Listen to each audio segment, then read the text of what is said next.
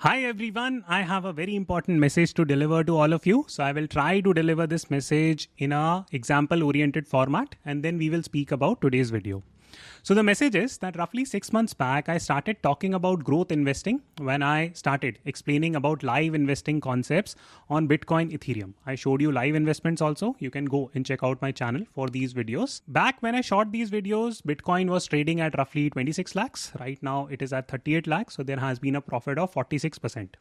Similarly, a couple of months back, I talked about the concept of value investing, where I showed you that, hey, I'm investing my money in JP Power. I'm still invested in it. And right now the stock has given 30% run up. Every time I post these type of different strategy oriented videos, be it Bitcoin, be it JP Power, or I'm recommending a strategy that is not generally used in the market, there is a lot of toxicity. Hey, you know what, Basanti, don't invest in like all this different type of stuff. It is very toxic. Retail investors will get looted, this, that. Guys, here is the important message that whenever I'm shooting videos, I myself am putting my money in it. That is the best I can do. That is the most transparent I can be. Let me know in the comment box if you want me to show any other proof that I'm actually investing in all this stuff. Second, and more importantly, is that please take these video from a learning perspective. If I'm shooting a video on Bitcoin, Ethereum, NFT, you don't have to go and buy it. I'm buying it. That is my prerogative, but this is not an investment advice.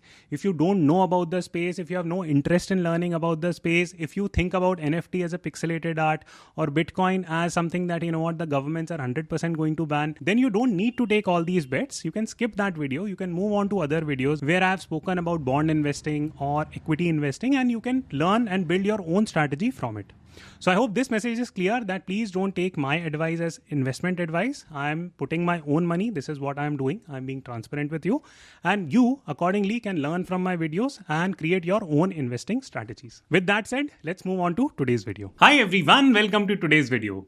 So on today's video, I'm going to do something very interesting. I'm going to invest 10,000 rupees and tell you that you can actually convert this 10,000 rupees into easily 1 to 1.5 lakh rupees in the next 1.5 to 2 years. I'll say it again. Take 10,000 rupees, invest in this portfolio. In the next 1 to 2 years, it should grow to roughly 1 to 1.5 lakhs. I will show you the entire math behind it. I will talk about the specific portfolio design. I will explain you the rationale. Very quick disclaimers. Point number one, is this strategy risky? Will I lose my money? Now, every strategy is risky. Any kind of investment is risky. If you're looking to make 10, 15 times return, of course, you have to take a little bit of risk and volatility with it, right? So please don't start commenting from day after tomorrow that, hey, Akshat, you suggested these 5, 10 things and they have come down in prices, because volatility is the price that you pay for expecting higher returns. The second key thing that I would want you to think about this investment strategy is that we anyways waste a lot of money in a particular year. 10,000 rupees is like going out and eating 10, 15 times, right? So if you go out and eat 15 times, you will anyways be spending 10,000 rupees. Don't do that. Put your money in this and you can see your wealth grow, right? So think it from that perspective and only invest in this strategy if you're okay with the risk and volatility. So let's get started. So let me first and foremost help you understand the math part of it. So essentially, if we are looking to invest 10,000 rupees and if we want to turn that into 100,000 rupees, which is 1 lakh rupees, how much times this money should grow? It should grow 10x times, right? So these are the type of asset classes that we are looking at. Now, what are typical asset classes that you could consider? So one is that you could invest in small cap stocks, right? Technically speaking, because if you go and pick things like HDFC Bank or HUL, they are great stocks. They can give you stable cash flows, but their company size will not go by 10x. They will not become 10x in the next 2 years, right? That is very, very difficult to achieve. On the flip side, if you invest in small caps, then the chances are that these companies can go 10x in the next few years. So that is one potential strategy that you could consider. The second strategy is that you could go and invest in startups. I have invested in a lot of startups so far. Now, out of, let's say if I make 100 investments, maybe 1 or 2 will survive. And these 1 or 2 maybe give me 50x return. So they will subsume the losses that I have. The third and final strategy that I feel might work best for retail investors is that you invest in cryptos, right? Now, before you drop off, before you start calling it evil currencies, this, that, please listen to the argument for 2 minutes, right? I'll keep it brief to the point. So let us look at this particular chart, and this is the market cap of all the assets that I'm talking about. Now, gold, for example, has an entire market cap of $11.472 trillion. 11.472 trillion. Apple, which is a company, just one company, that has a market cap of roughly $3 trillion, right? Roughly $3 trillion.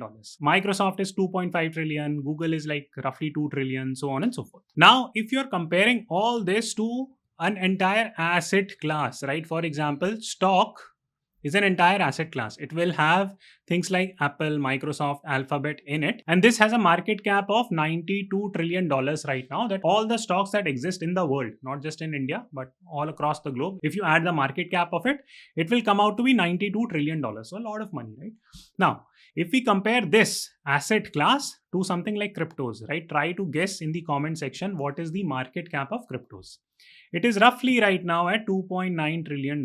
That is what the rough market cap of cryptocurrency is. It is approximately equal to Apple. So what is the key message that I'm trying to drive home here? The key message is fairly simple. The message is that something that is small, right? So for example, my son is very young, right? And he will gain a lot more height, right? Going forward compared to me, right? Because I'm already very tall. I'm already 6 feet. Many of you ask my height. So my height is 6 feet. So Zain will grow a lot compared to me because I'm already an adult, right? So I will not gain a lot of height. Similarly, all these different asset classes, for example, gold, it's a very mature asset class.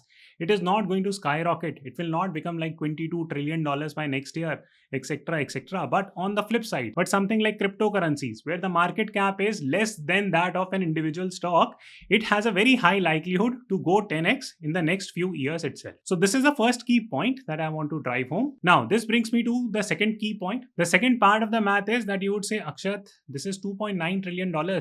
Now for me to make 10x returns, this should become like $29 trillion. That is when my money will grow 10x with it. So for my 10,000 INR to become 1 lakh INR, which is 10x, the entire market cap of crypto should also become 10x. Valid argument, I 100% agree with it. So now let me show you a portfolio that can grow from 10,000 INR to 1 lakh rupees INR in a couple of years itself, and let me also prove the rationale around it. So the first asset that I would ask you to consider is something like Bitcoin, right? Why Bitcoin? Because if the crypto market doubles or triples, then Bitcoin has to double or triple at the very least. That is literally the alpha coin, right? Alpha coin. This is the most talked about cryptocurrency coin. If you're a complete beginner, then you should consider taking some positions in Bitcoin. So right now, if you do a technical study, what you will see is that from its top, Bitcoin has fallen by roughly 30% already. Right now, today, it has fallen by 30%.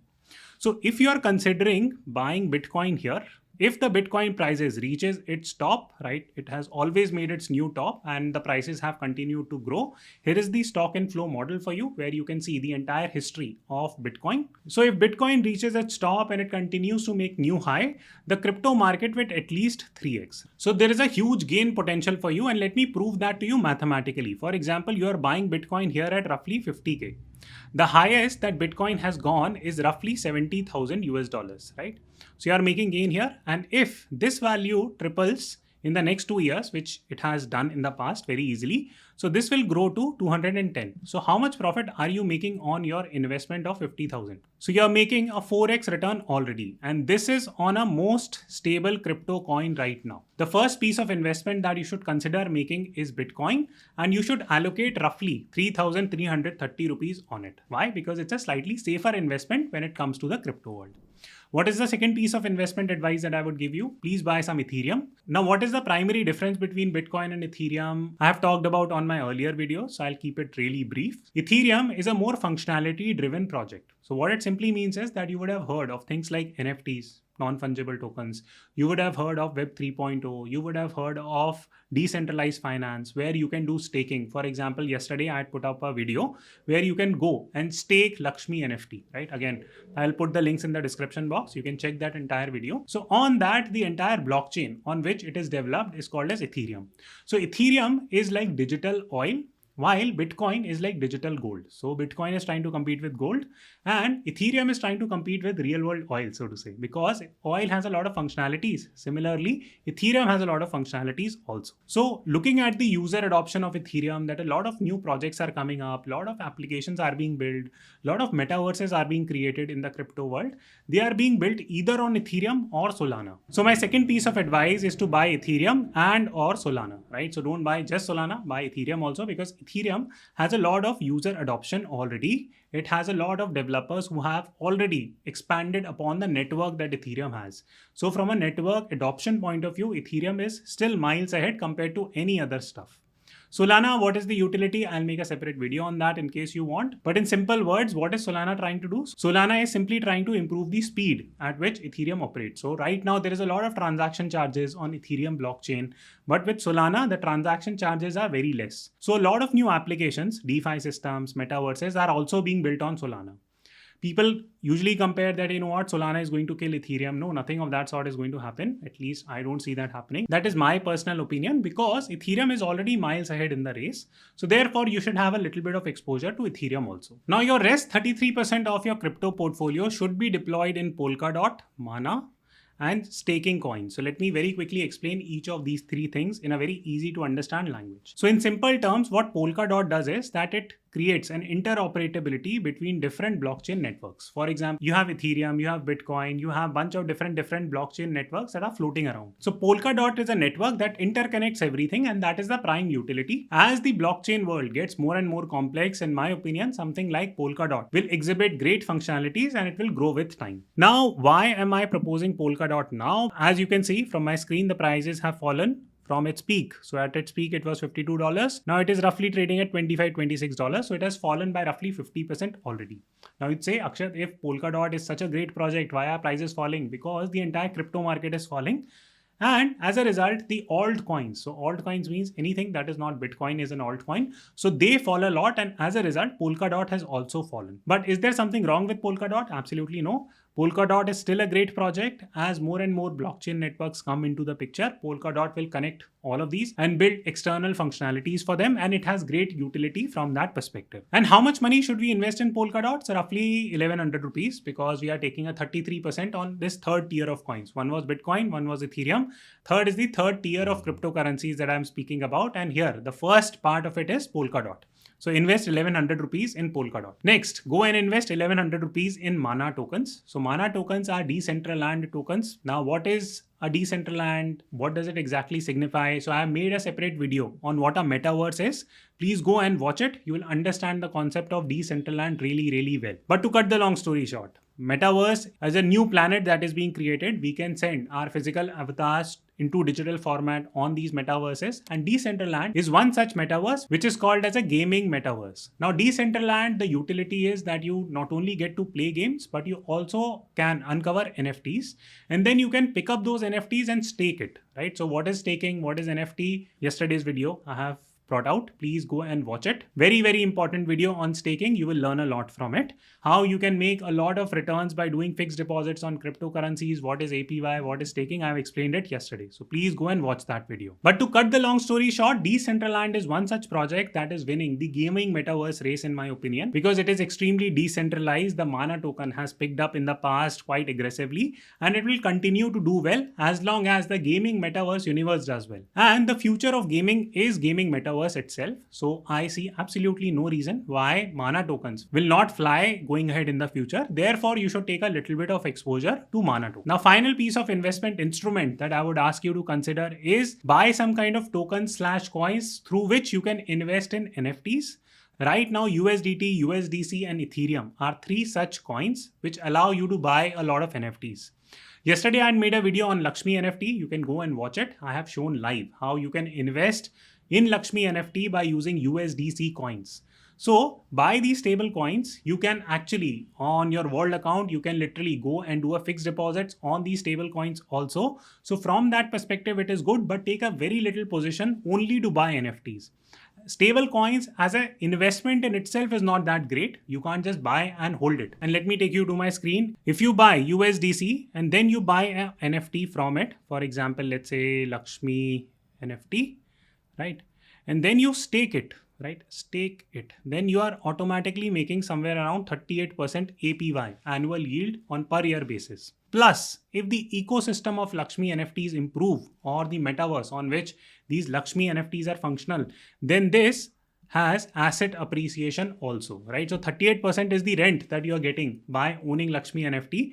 But Lakshmi NFT itself might grow, right? Like the value of the house itself grows, then it gives you good returns. So from that angle, this in combined has a lot of potential to give you massive returns. So both these things combined, 38% APY plus the asset appreciation, if you combine both of these, then they can give really high returns. So from that angle, this is the portfolio that I would suggest: 33% Bitcoin, 33% Ethereum. Then remainder 33% of your money should go into 3 different coins. One could be Polkadot, one could be Mana, and one could be coins through which you can buy NFTs. So the moment you buy these type of coins, please purchase NFTs. So by combining this entire strategy of 10,000 rupees, the chances are that if the crypto market even goes 2.5, 3x from here, your 10,000 rupees will definitely convert into 1 to 1.5 lakhs easily. I hope you enjoyed the video. Please press the like button and I will see you tomorrow.